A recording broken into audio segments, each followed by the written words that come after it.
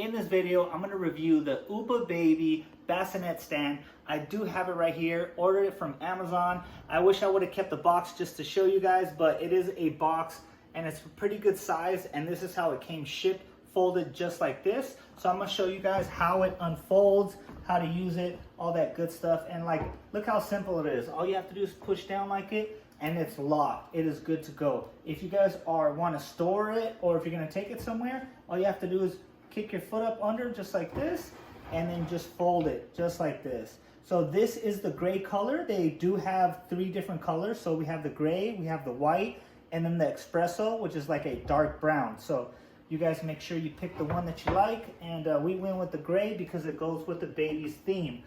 Okay, so that's how easy it is. I want to show you guys what the inside looks like. So we do have the Uppababy sticker over here. We do have the plastic clips, which is on the other side as well. And then they have like the steps right here on how to put the actual bassinet in. That's what I'm gonna want to show you guys right now.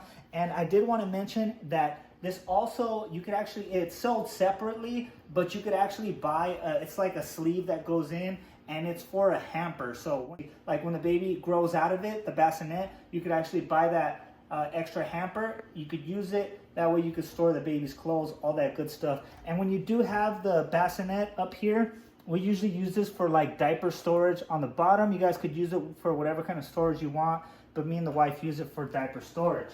Okay, so this is the bassinet. I did want to point out that this is sold separately. So all that is part of it is just the stand.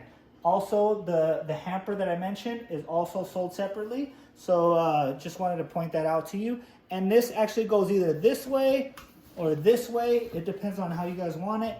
But we have it like this. And you guys, that's how easy it was. It just clipped onto the plastic part on the inside. When you guys want to pick it up, all it is the button at the very, very top. You just push down on it. You can actually do it one-handed, but that's how easy it is. It just goes off like that.